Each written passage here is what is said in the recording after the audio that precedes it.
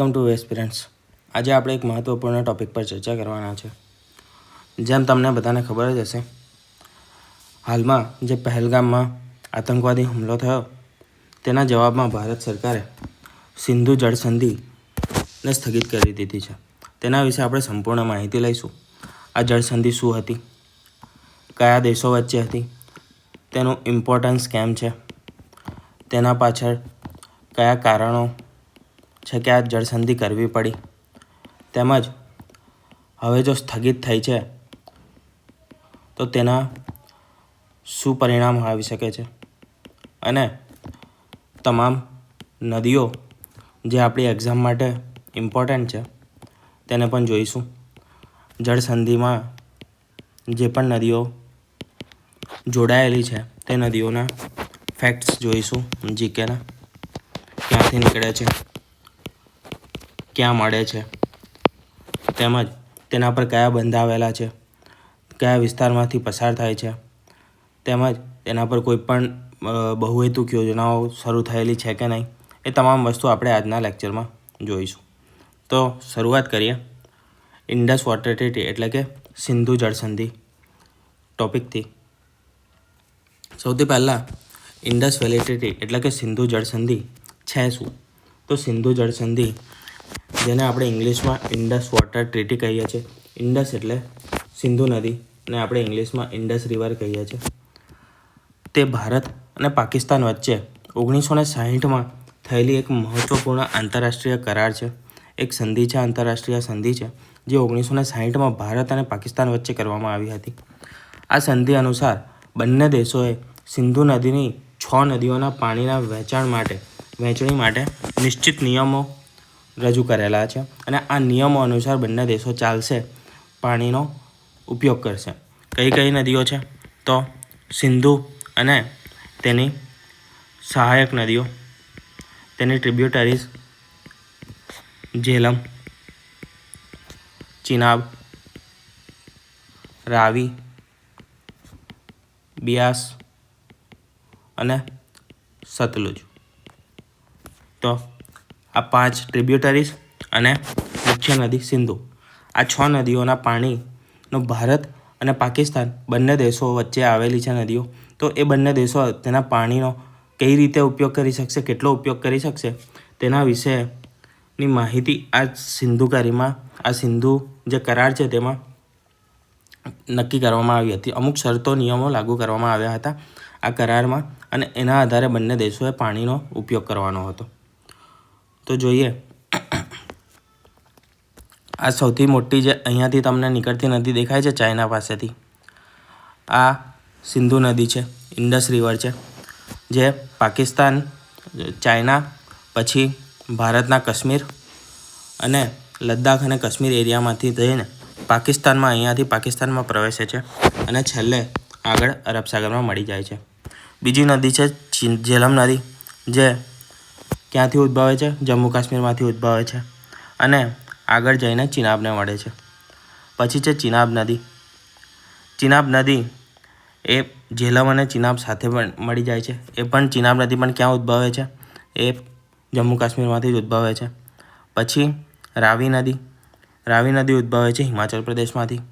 બિયાસ નદી સતલજ નદીને મળે છે, અને સતલજ નદી એ પણ અહીંયા ચાઇના નજીકથી ઉદ્ભવે છે, અને આગળ જતાં બિયાસ નદીનું પાણી સાથે લઈને આગળ પંચનદ બનાવે છે.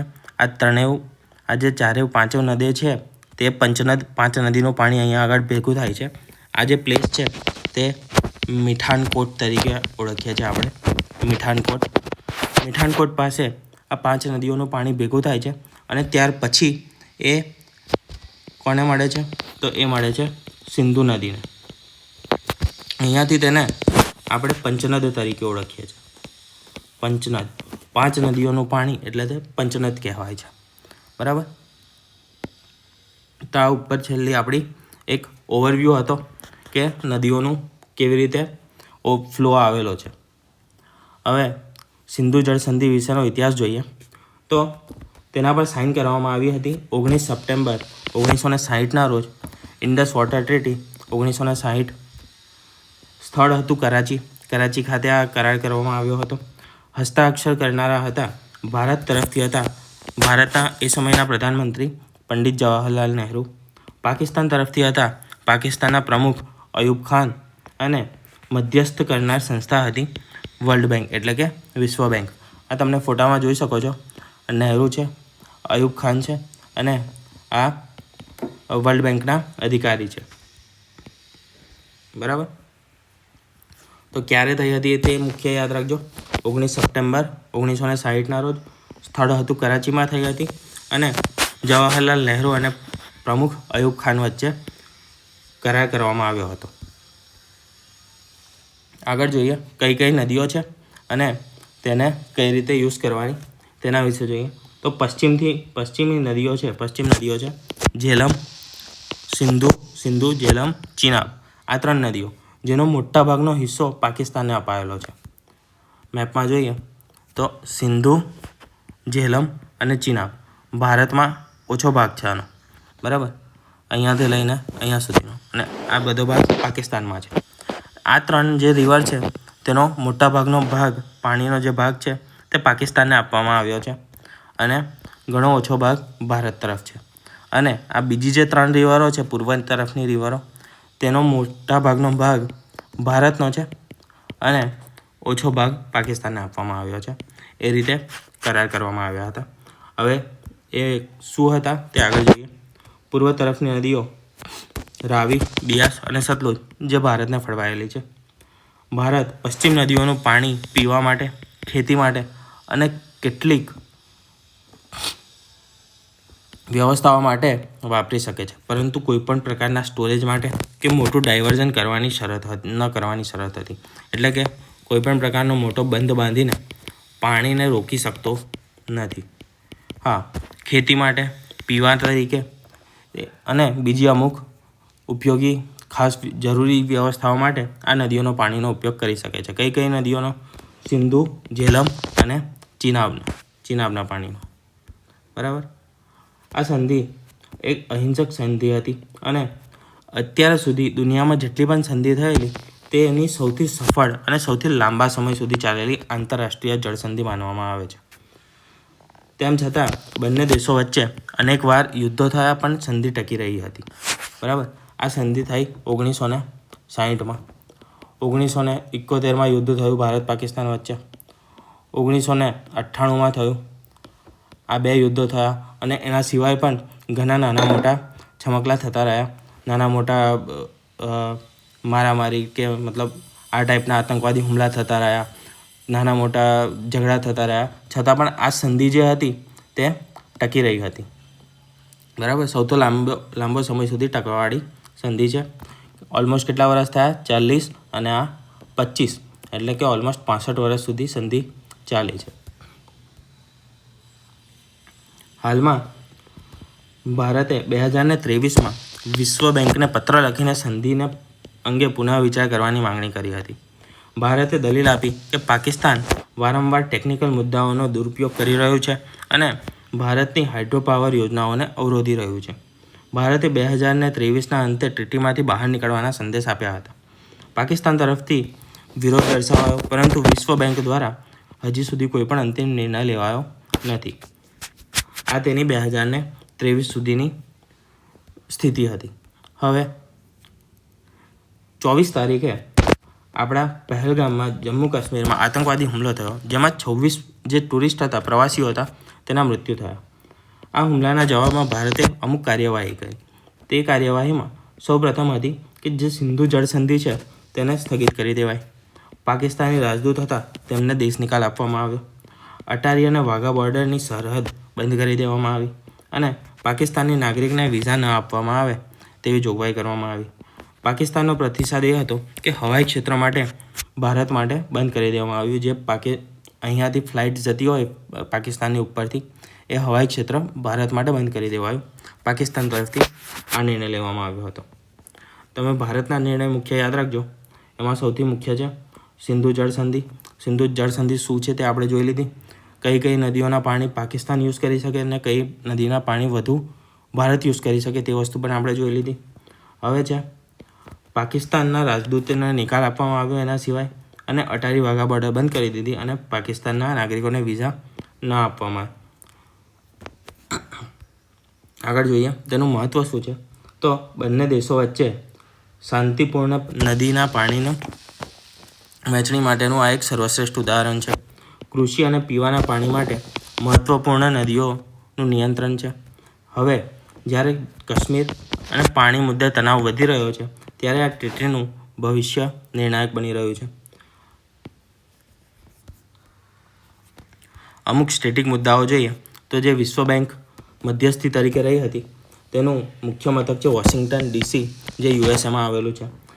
વિશ્વ બેંકનો રોલ શું છે તો કરારનું મુખ્ય મધ્યસ્થ પક્ષ તરીકે કામ કર્યું છે વિશ્વ બેંકે, અને ડિસ્પ્યુટ રિડ્રેસલ તરીકે પણ કામ કરે છે. એટલે કે જ્યારે કોઈ પણ વિવાદ થાય ત્યારે તેનું નિરાકરણ લાવવાનું કામ વિશ્વ બેંક કરે છે.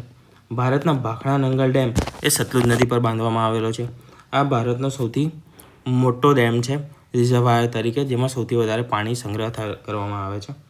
ઝેલમ નદી એ કાશ્મીરની જીવારેખા તરીકે ઓળખવામાં આવે છે. ચિનાબ પર બગલીહાર ડેમનું નામ સુપ્રીમ કોર્ટના કેસમાં પણ આવ્યું છે. જે બગલીહાર ડેમ છે તેનું નામ સુપ્રીમ કોર્ટના કેસમાં પણ આવી ચૂક્યું છે. એટલે ઇમ્પોર્ટન્ટ ડેમ છે, આપણે યાદ રાખો. બગલીહાર ડેમ આવેલો છે ચિનાબ નદી પર. બિયાસ અને સતલજ નદીનું સંગમ સ્થાન પંજાબમાં છે. બિયાસ અને સતલજ નદી છે તે પંજાબમાં મળે છે એકબીજાને. રાવી નદી જે છે તે પંજાબના ઐતિહાસિક શહેર લાહોર નજીકથી આવેલું છે. આ કયું પંજાબ? પાકિસ્તાનનું જે પંજાબ છે તેની વાત કરવામાં આવી રહી છે. ત્યાં આગળ રાવી નદી પંજાબના ઐતિહાસિક શહેર લાહોર નજીકથી પસાર થાય છે.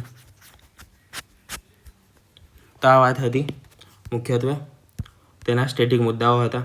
હવે આગળ સિંધુ નદી વિશે અને બીજી નદીઓ વિશે શરૂઆત કરીએ એ પહેલાં ફરી એકવાર ટ્રીટી જોઈ લઈએ. તો ટ્રીટીમાં શું હતું કે 6 નદીઓ હતી. એ 6 નદીઓનું પાણી કોણ કેટલું વાપરશે તેનો યુઝ હતો.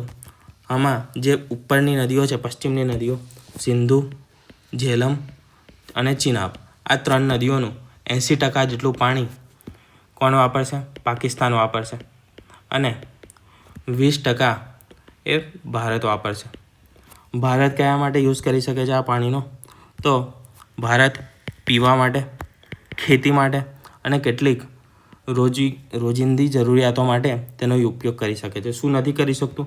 તો ભારત આ પાણીનો સ્ટોરેજ નથી કરી શકતું, કોઈ મોટું ડાયવર્ઝન નથી બનાવી શકતું, બંધ નથી બનાવી શકતું કે તે પાણીને રોકી દે, એ વસ્તુ નથી કરી શકતું. એના સિવાયની જે બીજી નદીઓ છે રાવી, બિયાસ, અહીંયા રાવી આવશે, રાવી, બિયાસ અને સતલુજ, આ જે 3 નદીઓ છે તેનું 80% પાણી ભારત ઉપયોગ કરશે, ભારત, અને 20% જેટલું પાકિસ્તાન ઉપયોગ કરશે. આ મુખ્ય જળસંધિ હતી, સિંધુ જળસંધિ. બરાબર. હવે શરૂ કરીએ નદીઓ વિશેની માહિતી લેવાનું. તેના ફેક્ટ્સ જોઈએ. તેમાંથી ઘણા ક્વેશ્ચન આવવાની શક્યતા છે, કેમ કે આ હવે કરંટનો મુદ્દો પણ થઈ ગયો. તો સિંધુ નદી વિશે જોઈએ તો તેનું ઉદ્ગમ સ્થાન એ માનસરોવર નજીક, માનસરોવર આવેલું છે ચીનમાં. ચીનના માનસરોવર નજીકનું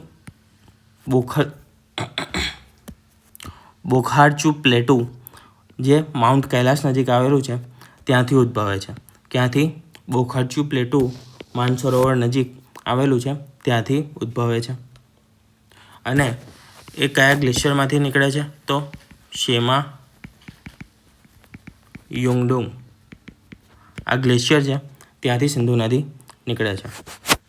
બરાબર. ક્યાં આગળ? માનસરોવર નજીક બોખારચુ પ્લેટુ અને શેમાયુંગડુંગ ગ્લેશિયર. એટલી વસ્તુ તમારે યાદ રાખવાની છે. તેની લંબાઈ ટોટલ છે 3180 કિલોમીટર. આ તેની ટોટલ લંબાઈ છે, જે કયા પ્રદેશમાં આવેલી છે? તો ચીનમાંથી ઉદ્ભવે છે ભારતમાં, અને ભારતમાંથી જાય છે પાકિસ્તાનમાં, અને ત્યાંથી મળે છે અરબ સાગરને. તો આ ટોટલ લંબાઈ છે તેની. કેટલી? 3180 કિલોમીટર. ભારતમાં 1114 કિલોમીટર સુધી વહે છે. અને ભારતના મુખ્યત્વે જે જમ્મુ કાશ્મીર અને લદ્દાખનો એરિયા છે, અહીંથી લઈને અહીં સુધીનો, એમાંથી જ વહે છે. મુખ્યત્વે પહેલાં એક જ રાજ્ય હતું, અત્યારે તેના 2 ભાગ છે, 2 કેન્દ્રશાસિત પ્રદેશ છે. એક છે લેહ અને બીજું છે લેહ લદ્દાખ, અને બીજું છે જમ્મુ કાશ્મીર. બરાબર, તો એ યાદ રાખજો. કેટલા કિલોમીટર છે? 1114 કિલોમીટર. ક્યાંથી? તો લદ્દાખ અને કાશ્મીરમાં જ વહે છે. પ્રવાહિત એરિયા છે લદ્દાખ, હિમાચલ પ્રદેશ અને જમ્મુ કાશ્મીર. પ્રવાહની દિશા છે તિબ્બતથી નીકળે છે, તિબ્બતથી લદ્દાખ, ગિલગિટ બાલ્ટિસ્તાન, પાકિસ્તાન અને છેલ્લે અરબી સમુદ્ર એટલે કે અરબ સાગરમાં જઈને મળી જાય છે. આપણે તેને મેપ દ્વારા થોડું સમજીએ તો આ નદી છે તે સિંધુ નદી છે.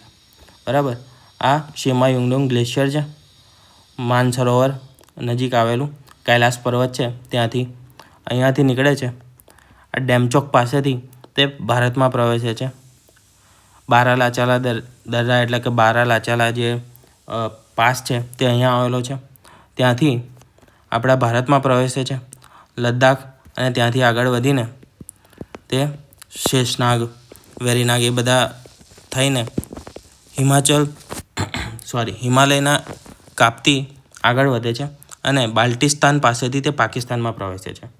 તેની આ જે સિયાચીન ગ્લેશિયર છે ત્યાંથી એક નુબ્રા નદી નીકળે છે, તે તેની એક મુખ્ય સહાયક નદી છે. તેના સિવાય બીજી એક સહાયક નદી છે શ્યોક નદી પણ તેને આગળ આવીને મળે છે. નુબ્રા, શ્યોક એ બંને તેની સહાયક નદીઓ છે એટલે કે ટ્રિબ્યુટરીઝ છે, તેને મળે છે. પછી ગિલગિટમાંથી પણ એક નદી નીકળે છે, ગિલગિટ નદી જે કાબુલ પાસે આવેલું છે ત્યાંથી અફઘાનિસ્તાનમાં બાલ્ટિસ્તાન પાસેથી આવેલું છે, ત્યાંથી ગિલગિટ નદી નીકળે છે, એ પણ તેની એક સહાયક નદી છે. પછી આગળ પાકિસ્તાનમાં વધીને પાકિસ્તાનથી તે આગળ અરબી સમુદ્રમાં મળે છે. પાકિસ્તાનમાં તેને મુખ્ય નદીઓ મળે છે તો કાબુલ પાસેથી નીકળતી કાબુલ રિવર, જ્યાં આગળ અફઘાનિસ્તાનનું કાબુલ શહેર આવેલું છે, એ કાબુલ રિવર તેની મુખ્ય સહાયક નદી છે. સુલેમાની પર્વતમાળામાંથી કુન્નમ અને ગોમલ એ બે નદીઓ નીકળે છે, એ પણ સિંધુ નદીની સહાયક નદીઓ છે.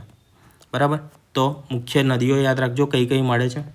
ગોલમ છે, કુન્નમ છે, પછી કાબુલ, સ્વાતિ રિવર, ગિલગિટ રિવર, તેને ચિલ્લસ તરીકે પણ ઓળખીએ છીએ, ગિલગિટ પ્રદેશમાંથી નીકળે છે ચિલ્લસ રિવર.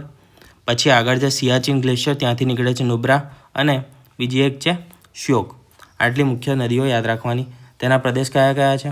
નીકળે છે ક્યાંથી? તો શેમાયુંગડોંગ ગ્લેશિયરમાંથી નીકળે છે માનસરોવર પાસેથી, જે ચીનમાં તિબેટમાં આવેલું છે. ત્યાંથી ભારતમાં પ્રવેશે છે ડેમચોક પાસેથી, અને લદ્દાખ, લેહ તથા જમ્મુ કાશ્મીરમાંથી આગળ વધીને તે બાલ્ટિસ્તાન ખાતેથી પાકિસ્તાનમાં જાય છે અને આગળ જઈને અરબી સમુદ્રમાં મળે છે. બરાબર, હવે આગળ જોઈએ એના પછીની નદી વિશે. તો તે છે, એના પહેલાં આપણે ડેમ જોઈ લઈએ કે પાવર પ્રોજેક્ટ અને ડેમ કયા કયા બનાવવામાં આવ્યા છે સિંધુ નદી પર. તો બલિહાર ડેમ છે તે મુખ્યત્વે તો ચિનાબ નદી પર બનાવવામાં આવ્યો છે, પણ આ નદીતંત્રનો સિંધુ નદીતંત્રનો ભાગ છે જે ભારત તરફ આવેલો છે. પછી ભાખરા નંગલ ડેમ એ મુખ્ય ડેમ છે સિંધુ નદીનો તંત્રમાં આવેલો, ભાખરા નંગલ ડેમ જે સતલુજ નદી પર આવેલો છે. તરબેલા ડેમ જે પાકિસ્તાનમાં બનેલો છે ઇન્ડસ રિવર પર. વિશ્વનો સૌથી મોટો અસ્થાયી ડેમ છે કયો? તરબેલા ડેમ. એનો ઇતિહાસ અને મહત્ત્વની વાત કરીએ તો આપણે પ્રાચીન જે સિંધુ ઘાટી સભ્યતા છે એ સભ્યતા પણ આ સિંધુ નદી ઘાટીના આસપાસમાં વિકસી હતી. મુખ્યત્વે સિંધુ અને તેની જે સહાયક નદીઓ છે તેની આસપાસ સિંધુ ઘાટી સભ્યતા વિકસી હતી. તેના કારણે જ તેમજ આ જે સિંધુ નદી છે ઇન્ડસ, બરાબર, એના પરથી જ ભારતનું નામ ઇન્ડિયા પડેલું છે. ઇન્ડસ રિવર, ઇન્ડિયા, એ નામ આપણને સિંધુ નદીના લીધે જ મળેલું છે. સિંધુ નદી એ પાકિસ્તાનના પશ્ચિમ ભાગમાંથી મુખ્ય જીવદાયી નદી છે, એટલે કે જે પણ આખો પાકિસ્તાનનો પશ્ચિમી ભાગ છે ત્યાં એક જ મુખ્ય નદી છે જે છે સિંધુ નદી. એ મુખ્ય જીવાદોરી છે પાકિસ્તાનની. આગળ જોઈએ ઝેલમ નદી વિશે. તો ઝેલમ નદી એ વેરીનાગ કુંડ પાસેથી નીકળે છે. અનંતનાગ જિલ્લા પાસે આવેલો છે વેરીનાગ કુંડ, જમ્મુ કાશ્મીરમાં, ત્યાંથી તેનું ઉદ્ગમ સ્થાન છે. ટોટલ લંબાઈ છે તેની 725 કિલોમીટર. પ્રવાહિત રાજ્ય છે જમ્મુ અને કાશ્મીર. મુખ્ય ડેમ છે મંગલા ડેમ જે પાકિસ્તાનમાં આવેલો છે. ઉરી, તેના પર કુલ 3 વિદ્યુત ઉર્જાની યોજનાઓ ચાલુ કરવામાં આવેલી છે. ઉરી 1 જે 480 મેગાવોટનું છે, ઉરી 2 જે 240 મેગાવોટ જેટલી ઉર્જા ઉત્પન્ન કરે છે, અને કિશન ગંગા ત્રીજું છે તે છે 330 મેગાવોટનું. મુખ્ય તળાવો જોઈએ તો તે વુલર સરોવર છે તેની આસપાસમાંથી વહે છે. વુલર સરોવરનું વચ્ચે ઝેલમ નદી નિર્માણ કરે છે. આ રીતે નીકળે છે અને તેમાં આ રીતના વળાંક છે. અહીંયા આગળ વુલર સરોવરનું નિર્માણ કરે છે અને પછી આગળ વધે છે. ઉપરાંત ડલ તળાવ જે છે, ડલ સરોવર, એ પણ આ જ નદીના કિનારે આવેલું છે. સાંસ્કૃતિક મહત્ત્વમાં જોઈએ તો પ્રાચીન કાળમાં એટલે કે આપણે જે પ્રાચીન ઇતિહાસ ભણીએ છીએ તેમાં ઝેલમ નદીને વિતસ્તા તરીકે વ્યાખ્યાયિત કરવામાં આવી છે. વિતસ્તા નામથી ઓળખાય છે ઝેલમ નદી. આમ ઝેલમ નદી છે તે શ્રીનગર શહેર પાસેથી પસાર થાય છે. ઝેલમ નદી પર કયું શહેર આવેલું છે એવું પૂછે તો તે આવશે શ્રીનગર શહેર. તેનું પ્રાચીન ભારતના પ્રાચીન ઇતિહાસમાં નામ છે વિતસ્તા. બરાબર, તો આટલા મુખ્ય પોઈન્ટ યાદ રાખજો. તેની લંબાઈ કેટલી છે? 725 કિલોમીટર. ક્યાંથી નીકળે છે? વેરીનાગ કુંડ પાસેથી. ક્યાં આવેલું છે વેરીનાગ કુંડ? અનંતનાગ જિલ્લામાં, જમ્મુ કાશ્મીર કેન્દ્ર શાસિત પ્રદેશમાં. સિંધુ નદીનું જોઈએ એકવાર ફરી તો સિંધુ નદી શેમાયુંગડુંગ ગ્લેશિયર ક્યાં? માનસરોવર નજીક, તિબેટ. બરાબર, તિબ્બત કહો કે તિબેટ કહો, તિબેટમાંથી નીકળે છે. તેની ટોટલ લંબાઈ કેટલી છે તો 3130 જેટલી, 3180 જેટલી હતી. 3180 કિલોમીટર જેટલી તેની કુલ લંબાઈ છે. ભારતમાં કેટલું છે તો 1140 કિલોમીટર એ ભારતમાં લંબાઈ છે તેની. બરાબર. ઝેલમ નદી તો વેરીનાગ કુંડ, અનંતનાગ જિલ્લો અને જમ્મુ કાશ્મીર. તેની લંબાઈ કેટલી છે? 725 કિલોમીટર લંબાઈ છે. પ્રવાહિત રાજ્ય મુખ્ય જમ્મુ કાશ્મીર જ છે. અને મંગલા ડેમ જે પાકિસ્તાનમાં આવેલો છે. મુખ્ય સરોવરો કયા છે તો ડલ સરોવર અને વુલર સરોવર એ મુખ્ય સરોવર છે. અને પ્રાચીન કાળમાં, પ્રાચીન ઇતિહાસમાં આપણે તેને વિતસ્તા તરીકે ઓળખીએ છીએ. શ્રીનગર શહેર તેની પાસે આવેલું છે. હવે મેપમાં જોઈએ જેથી આપણને જલ્દી યાદ રહે તો આ છે શેષનાગ સરોવર. બરાબર, વેરીનાગ કુંડ પાસે શેષનાગ સરોવર કહો કે પછી વેરીનાગ કુંડ કહો, બંને એક જ છે. અહીંયાથી કિશનગંગા નીકળે છે અને અહીંયાથી ઝેલમ નીકળે છે. કિશનગંગા તે તેની ટ્રિબ્યુટરી છે. પછી ઝેલમ નદી આ રીતે આગળ વધીને અહીંયા વુલર સરોવર આવેલું છે તેનું નિર્માણ કરે છે. શેષનાગ તળાવમાંથી નીકળતી ઝેલમ નદી વુલર સરોવરનું નિર્માણ કરે છે. ડલ સરોવર પણ આ જ નદીના કિનારે આવેલું છે. બીજું શું તો કે શ્રીનગર શહેર આ નદીના કિનારે વસેલું છે અને અહીંયાથી તે બોર્ડર બનાવે છે ભારત પાકિસ્તાનની અને પછીથી પાકિસ્તાનમાં પ્રવેશે છે. પાકિસ્તાનમાં પ્રવેશીને તે આગળ જતાં ચિનાબ નદીને મળે છે. તો હવે ચિનાબ નદી વિશે જોઈએ. ચિનાબ નદીની વાત કરીએ તો ચિનાબ નદી હિમાચલ પ્રદેશમાંથી નીકળે છે. ચંદ્ર અને ભાગા નદીઓના સંગમથી બને છે. આ બે નદીઓના સંગમથી બને છે. એક ચંદ્રા નદી છે અને બીજી છે ભાગા નદી. એ બંને નદીઓ ભેગી થઈને ચિનાબ નદીનું નિર્માણ કરે છે. તેની ટોટલ લંબાઈ છે 1200 કિલોમીટર અને પ્રવાહિત રાજ્યો છે. હિમાચલ પ્રદેશમાંથી નીકળીને તે જમ્મુ કાશ્મીરમાં પ્રવેશ કરે છે અને જમ્મુ કાશ્મીરમાંથી પછી આગળ પાકિસ્તાનમાં પ્રવેશ કરે છે. મુખ્ય ડેમો તો બગલીહાલ ડેમ જે સુપ્રીમ કોર્ટના એક કેસમાં પણ જેનો ઉલ્લેખ થઈ ગયો છે તે જમ્મુ કાશ્મીરમાં આવેલો છે, બગલીહાલ ડેમ. બીજું છે પકલદુલ ડેમ જે બાંદીપોર ખાતે છે અને હાલમાં નિર્માણાધીન છે, એટલે કે હાલમાં તેનું નિર્માણ થઈ રહ્યું છે.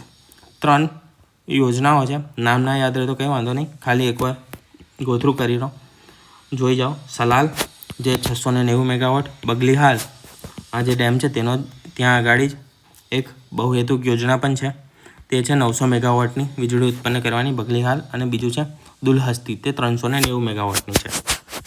બરાબર. પાકિસ્તાન તરફ વહે છે અને તેના કિનારે મુખ્ય શહેરો છે જમ્મુ, ડોડા અને કિશ્તવાડ. આ 3 મુખ્ય શહેરો તેના કિનારે વસેલા છે. હવે ફરી એકવાર રિવિઝન કરી લઈએ. સિંધુ નદી શેમાયુંગડુંગ ગ્લેશિયર માનસરોવર નજીકથી નીકળે છે તિબ્બતમાંથી. ટોટલ તેની લંબાઈ છે 3180 કિલોમીટર. ભારતમાં છે 1140. મુખ્યત્વે જમ્મુ કાશ્મીર, લદ્દાખ રિજનમાંથી વહે છે. એના પછી આપણે જોયું શું જોયું? ઝેલમ નદી. તો ઝેલમ નદી ક્યાંથી નીકળે છે? વેરીનાગ કુંડ કે પછી શેષનાગ કહેવાય તળાવ, તેમાંથી નીકળે છે. શ્રીનગર શહેર તેના કિનારે આવેલું છે. તેની લંબાઈ છે 725 કિલોમીટરની લંબાઈ છે. બરાબર. બીજું કયું મહત્ત્વનું રહ્યું? વેરીનાગ કુંડ, શેષનાગ, શ્રીનગર અને મુખ્યત્વે જમ્મુ કાશ્મીરમાંથી જ વહે છે. બીજું કોઈ રાજ્ય છે નહીં. આગળ પાકિસ્તાનમાં જઈને ચિનાબ નદીને મળી જાય છે.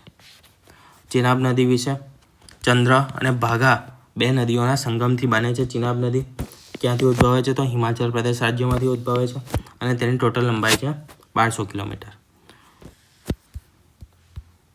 ચિનાબ નદી જોઈ લઈએ તો આ છે ચિનાબ નદી. આ એક ચંદ્રા બારાલાચરા દર્રાની પાસે આ ચંદ્રા નદી અને બીજી છે ભાગા નદી. આ બંને નીકળે છે અને અહીંયા ભેગી થાય છે અને આગળ જતાં ભેગી થઈને ચિનાબ નદીનું નિર્માણ કરે છે. ચિનાબ નદી હિમાચલ પ્રદેશમાંથી ઉદ્ભવે છે અને હિમાચલ પ્રદેશમાંથી ઉપર તરફ વહીને જમ્મુ કાશ્મીરમાં જાય છે અને ત્યાંથી પછી આગળ પાકિસ્તાનમાં પ્રવેશ કરે છે. ચિનાબ નદીને ઉપરથી જેલમ નદી મળે છે, નીચેથી મળશે રાવી નદી અને એના પછી વ્યાસ નદીનું પાણી લઈને સતલજ નદી ભેગી થશે અને અહીંયા આગળ તે પંચનદ બનાવશે, પંચનદનું નિર્માણ કરશે. બરાબર. તો હવે વાત કરીએ આગળ રાવી નદી વિશે. રાવી નદી વિશે જોઈએ તો રાવી નદી હિમાચલ પ્રદેશમાંથી નીકળે છે અને કાંગડા જિલ્લા પાસેથી નીકળે છે. હિમાચલ પ્રદેશનો જે કાંગડા જિલ્લો છે ત્યાંથી નીકળે છે. કુલ લંબાઈ છે 725 કોની હતી? 725 જેલમની લંબાઈ હતી. પ્રવાહિત રાજ્ય છે હિમાચલ પ્રદેશ, પંજાબ. હિમાચલ પ્રદેશમાંથી નીકળીને પંજાબમાં જાય છે અને પંજાબમાંથી પછી આગળ પાકિસ્તાનમાં જાય છે.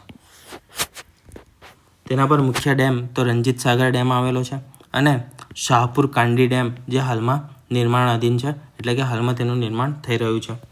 મુખ્ય શહેરો છે ચંબા અને પઠાણકોટ. તેના કિનારે આવેલા મુખ્ય શહેરો છે રાવી નદીના કિનારે. ભારત અને પાકિસ્તાન પાસેની સરહદ બનાવે છે. તે સરહદ પર વહે છે. ભારત અને પાકિસ્તાનની નદી છે રાવી નદી. બરાબર. આગળ જોઈએ તેનો મેપ જોઈ લઈએ તો આ છે રાવી નદી. અહીંયા રોહતાંગ પાસ પાસેથી નીકળે છે. કયો? કાંગડા જિલ્લામાં રોહતાંગ પાસ પાસેથી નીકળે છે રાવી નદી. આગળ જઈને પંજાબમાં જાય છે અને પંજાબમાંથી પાકિસ્તાનમાં જઈને તે ચિનાબ નદીને મળે છે.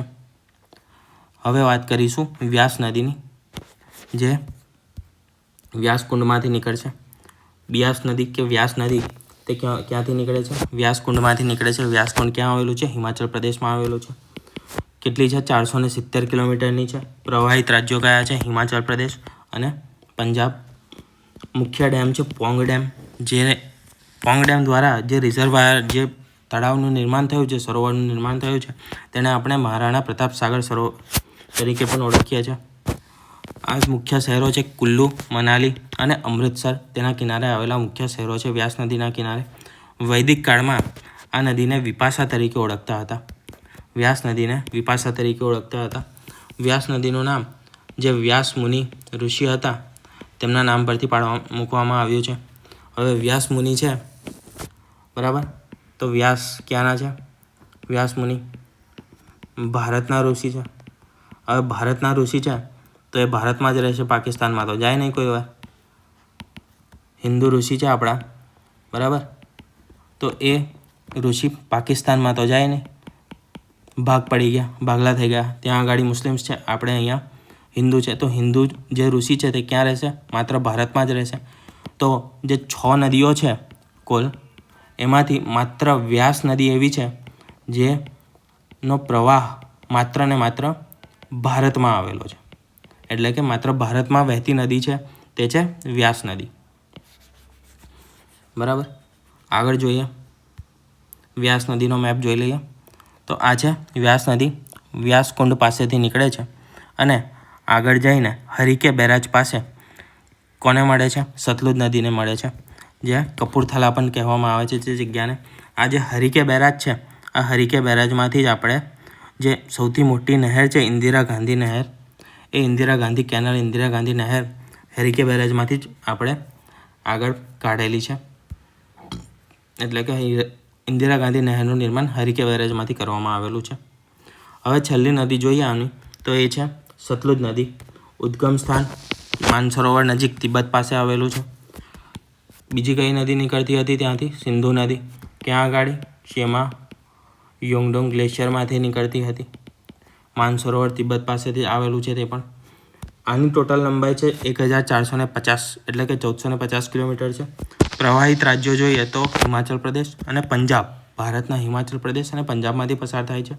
મુખ્ય ડેમ છે ભાખરા નંગલ ડેમ, તે ભારતનો સૌથી મોટો સ્ટોરેજ ડેમ છે, એટલે કે સૌથી વધારે સ્ટોરેજ ક્ષમતા ધરાવતો ડેમ છે. અને નંગલ ડેમ, ભાખરા ડેમ અલગ છે અને નંગલ ડેમ અલગ છે, બરાબર. તેનાથી જે નિર્માણ થાય છે સરોવરનું તેને આપણે રણજીત સાગર સરોવર તરીકે પણ ઓળખીએ છીએ. તે સરહદી નદી તરીકે ઓળખાય છે. સરહદ બનાવતી હોવાથી તે સરહદી નદી તરીકે ઓળખાય છે. સતલજ નદી, સતલજ નદીનો મેપ જોઈએ તો તે છે રાક્ષતાલ સરોવર છે, આ માનસરોવર નજીક આવેલું, ત્યાંથી નીકળે છે, આગળ વધીને હિમાચલમાં પ્રવેશે છે. હિમાચલથી આગળ વધીને હરિકે બેરાજ પાસે વ્યાસ નદીને મળશે અને વ્યાસ નદીથીનું પાણી લઈને આગળ વધશે અને તે મીઠાનકોટ પાસે જે ચિનાબ નદીને મળશે. ચિનાબ નદી કઈ નદીનું? તો રાવી અને ઝેલમ નદીનું પાણી લઈને કોને મળશે? સતલજ નદીને મળશે અને તે બનાવશે પંચનદ.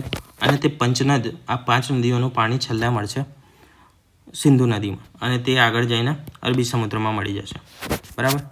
તો મુખ્ય જોઈએ તો સિંધુ નદી હતી, તે ક્યાંથી નીકળતી હતી? તિબેટના ક્યાં? તો માનસરોવર નજીક શેમાયુંગડુંગ ગ્લેશિયરમાંથી નીકળતી હતી. બીજી કઈ નદી છે જે માનસરોવર પાસેથી નીકળે છે? તો તે છે સતલુજ નદી. તે ક્યાંથી નીકળે છે? રાક્ષતાલ જે સરોવર છે ત્યાંથી નીકળે છે. રાક્ષતાલ લેક, હિમલેક કહીએ કે પછી સરોવર કહીએ, જે કહે. તો 2 નદીઓ છે તે આપણે તિબેટમાંથી નીકળે છે. એના પછી બીજી નદી હતી ઝેલમ નદી, જે જમ્મુ કાશ્મીરમાંથી નીકળતી હતી. ક્યાં? અનંતનાગ પાસેથી. અનંતનાગ પાસે આવેલા વેરીકુંડ સરોવરમાંથી, વેરીનાગ સરોવરમાંથી નીકળતી હતી ઝેલમ નદી. એના પછી 2 નદીઓ હતી, 3 નદીઓ હતી ટોટલ, તે નીકળતી હતી હિમાચલ પ્રદેશમાંથી. હિમાચલમાંથી કઈ નદી નીકળતી હતી? તો એક તો ચિનાબ નીકળતી હતી, બીજી હતી રાવી અને ત્રીજી હતી વ્યાસ. વ્યાસ નદી ક્યાંથી નીકળતી હતી? વ્યાસકુંડમાંથી, વ્યાસકુંડ પાસેથી નીકળતી હતી, કાંગડા જિલ્લો. રાવી નદી અને ચિનાબ નદી. તો રાવી નદી જે હતી તે ચંદ્રા અને જે ભાગા હતી તે ભેગી થઈને બનાવતી હતી. રાવી નદી ચંદ્રભાગા નદી ભેગી થઈને રાવી નદીનું નિર્માણ કરતી હતી. અને જે ચિનાબ નદી છે, રાવી નદી એ રોહતાંગ પાસેથી નીકળતી હતી, બરાબર. અને જે ચિનાબ નદી છે તે ચંદ્રા અને ભાગા નદી ભેગી થઈને બનતી હતી ચિનાબ નદી. ટોટલ લંબાઈ જોઈએ તો સતલુજ જે હતી તે 1450 કિલોમીટર જેવું હતું, બરાબર, 1451 કિલોમીટર. જે સિંધુ નદી છે તેની ટોટલ લંબાઈ હતી 3180 અને ભારતમાં હતી 1140 કિલોમીટર. ચિનાબ નદી જે ઝેલમ નદી જે છે, કઈ ઝેલમ આવી રહી, બરાબર, ઝેલમ નદી, તેની લંબાઈ હતી 725 કિલોમીટર. વ્યાસ નદી છે તેની લંબાઈ હતી 720 કિલોમીટર જેટલી. રાવી નદી અને ચિનાબ નદીની કેટલી લંબાઈ હતી એ તમે કમેન્ટમાં જણાવજો. તો આ હતું આપણું સિંધુ નદી તંત્ર.